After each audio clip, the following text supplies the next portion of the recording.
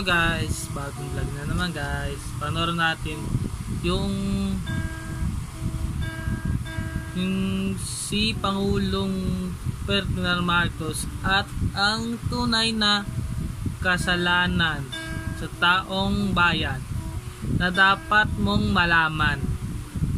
Let's go guys, panoorin natin yung totoo. Sa palagay ninyo, sino naninira sa mga Marcos araw-araw? Walang ginawa. Mula nung gumising hanggat matulog, iniisip kung paano sirain ang mga Marcos. Sila yun. Hello, what's up mga tol? Tara't pag-usapan natin kung ano nga ba itong pinagpipilitan ng makakaliwang grupo na dapat daw ay aminin ito ng pamilyang Marcos at kailangan daw ay humingi sila ng tawad sa sambayanang Pilipino.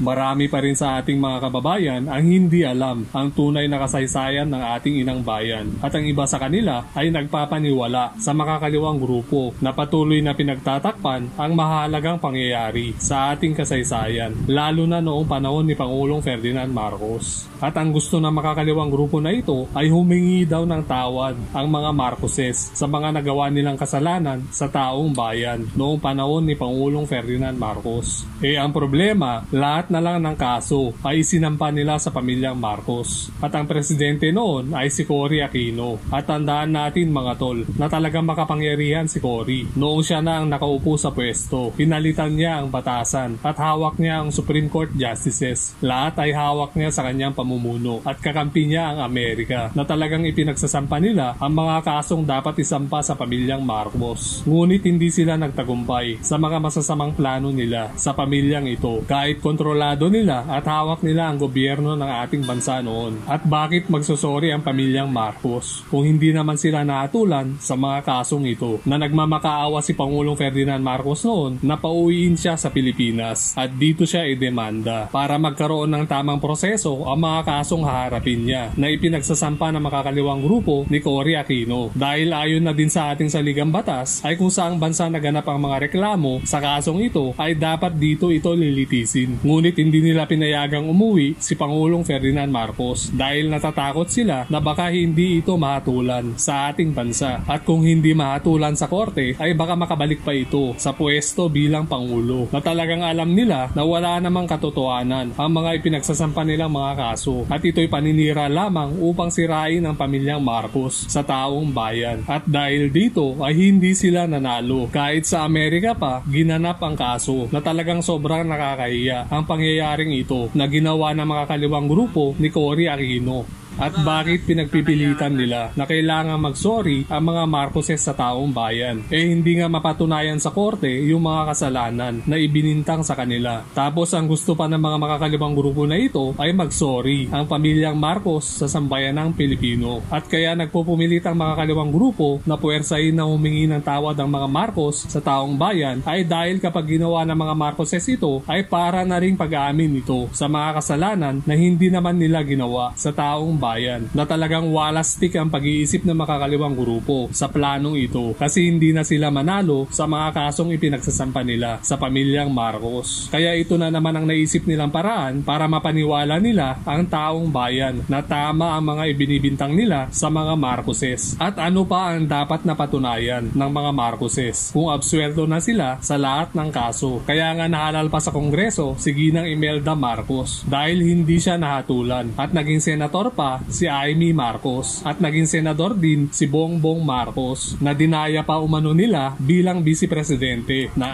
ating bansa. So ano pa ang dapat nilang patunayan sa taong bayan sa mga bintang ng makakaliwang grupo na simula noong panahon ni Cory Aquino, panahon ni Ramos, panahon ni GMA at panahon ni Noynoy ay patuloy silang nagsampa ng mga kasong kasinungalingan sa pamilyang Marcos para linlangin ang sambayanang Pilipino at palabasin kung gaano kasama ang pamilyang ito sa bawat Pilipino. At ano nga ba ang tunay na dahilan kung bakit patuloy pa rin nilang sinisiraan ang pamilyang Marcos sa sambayanang Pilipino? na talagang isa lang ang pakay nila dito mga tol, kung bakit patuloy nilang sinisiraan ang mga Marcos sa taong bayan dahil sa mga kayamanang ito. At bakit mga tol? Dahil kung mapapaniwala nila ang sambayan ng Pilipino sa mga kasong ipinagsasampa nila sa pamilyang Marcos, ay magiging dahilan ang mga kasong ito upang hindi iboto ng sambayan ng Pilipino ang isa sa mga Marcoses para hindi makabalik sa pinakamataas na pwesto sa ating gobyerno, para may pagpatuloy na naman nila ang mga plano na maangkin ang mga kayamanang ito na puro naman bulilyaso ang kanilang mga plano para maangkin ang mga ito, dahil ang nag-set up sa mga wealth na ito ay sobrang talino na inilaan niya ang mga kayamanang ito para sa kinabukasan ng bawat Pilipino. At ang talagang kinakatakot nila sa lahat ay ang magising ang sambayan ng Pilipino para ipagkatiwala ng bawat botanteng Pilipino ang kanilang boto sa isa sa pamilyang ito para sa pinakamataas na pwesto sa ating gobyerno, na magiging dahilan para maipatupad ang huling testamento ni Pangulong Ferdinand Marcos para maibalik ang dangal ng ating bansa at para sa tunay na pagbabago sa bawat buhay ng mga Pilipino, na hindi binabanggit ng makakaliwang grupo na ito ang mga kabutihan na nagawa ni Pangulong Ferdinand Marcos noong siya pa ang namumuno para may pagpatuloy nila na maging masama ang imahe nito sa bawat Pilipino, at patuloy nilang pinagtatakpan ang mga magagandang proyekto na naipagawa niya sa ating gobyerno, dahil ayaw nilang malaman ng bawat Pilipino na pinagbebenta at pinamigay nila ang mga proyektong ito sa mga oligarko. At ano nga ba ang kasalanan ni Pangulong Ferdinand Marcos sa taong bayan? Yung napamura niya ang presyo ng kuryente dahil nilagay niya sa gobyerno ang Meralco, napamura niya ang langis dahil nilagay niya sa gobyerno ang Petron, napamura niya ang tubig dahil nilagay niya sa gobyerno ang MWSS, napamura niya ang hospitalization, dialysis dahil nagpatayo siya ng kidney center, lung center, hospital ng Bagong Lipunan, lungsod ng kabataan at marami pang mga hospital sa ating bansa. Napamura niya ang toll fee dahil gobyerno ang nagpapagawa ng mga toll roads noon at 6 na piso ang pinakamahal na toll fee noong mga panahon niya. Yan po ba ay kasalanan sa taong bayan? O ang tunay na kasalanan ay ginawa mong mahal ang kuryente dahil ibinalik mo sa mga Lopez ang Meralco na naging pagmamayari ng ating gobyerno dahil nalugi ito? O ginawa mong mahal ang gasolina dahil ginawa mong pribado at binigay sa San Miguel Corporation ang Petron? At ginawa mong mahal ang tubig dahil ibinigay mo sa kamay ng Maynilad at Manila Water, at ginawa mo ding mahal ang toll fee dahil nilagay mo rin ito sa kamay ng pribado, at ginawa mong mahal ang hospitalization dahil ginawa mong under private management ang mga government hospitals natin. At mali ba ang ginawa ni Pangulong Marcos sa massive irrigation at Philippine National Bank, Bank on Wheels na nabigyan ng technical support at financial support ang ating mga magsasaka, kaya mura ang bigas noong panahon ni Pangulong Marcos at ngayon ay sobrang mahal? At sino ang tunay na may kasalanan sa taong bayan? Yung nilagay mo sa pribado ang mga pag-aari ng ating gobyerno na patuloy na pinagkakakitaan ng mga oligarko, o nilagay mo sa kamay ng ating gobyerno ang mga proyektong ito para ang sambayan ng Pilipino ang makinabang dito? Dahil sa polisiyang ito ni Pangulong Ferdinand Marcos ay ito ang naging dahilan kung bakit umunlad ang ating bansa noong panahon niya, na ang isa sa plano niya ay pansamantala lamang ang mga OFW. Later on, ang projection ni Pangulong Marcos ay kapag naayos na ang ating industry, nako-convert na yung mga natural resources natin into finished products, ay ang dapat nating mga ine-export sa ibang bansa ay mga produkto, hindi mga tao. At yung mga OFW ay babalik na dito sa ating bansa at tayo pa ang mag-i-import ng foreign labor. Ang problema ay inalis siya sa pwesto at hindi na ipinagpatuloy ng makakaliwang grupo ang mga planong ito ni Pangulong Ferdinand Marcos. Simula noong sila na mismo ang humawak sa ating gobyerno.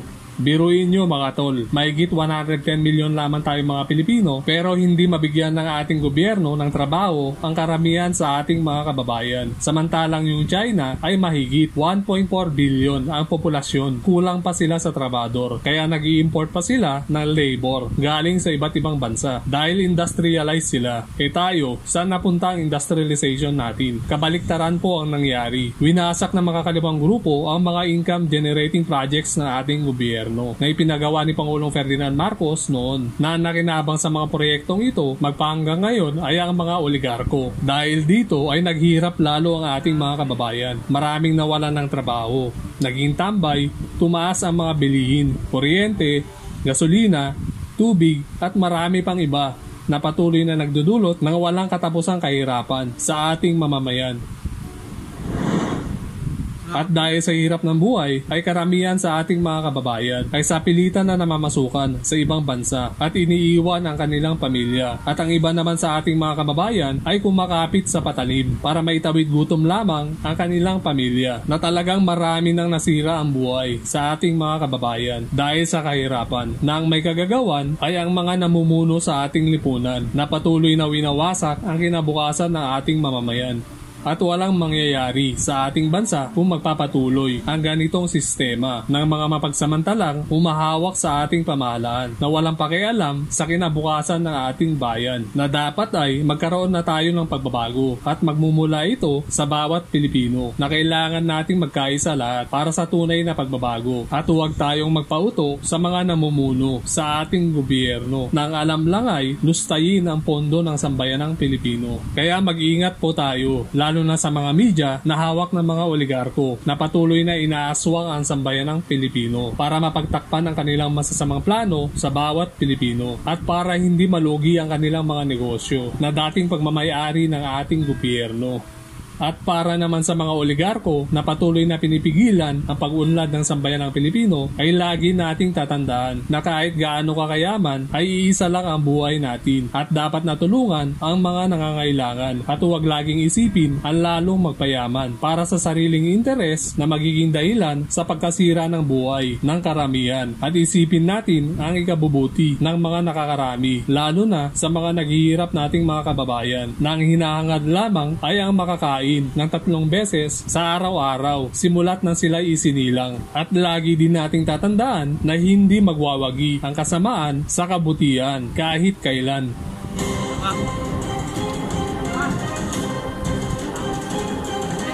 Tama guys, dapat yun na magsabi guys, kayo na lang maugos, kayo na lang guys, mahirap sa video guys, baka magahit pa ako guys. See you next vlog, bye bye guys. Always do it on my own, so I gotta get through it. And the only thing I know is to love what I'm doing. Never give up, never slow, till I finally prove it. Never listen to the no's, I just wanna keep moving. Keep my head up when I act, head up, that's a fact. Never looking back, I'ma keep myself on track. Keep my head up, staying strong. Always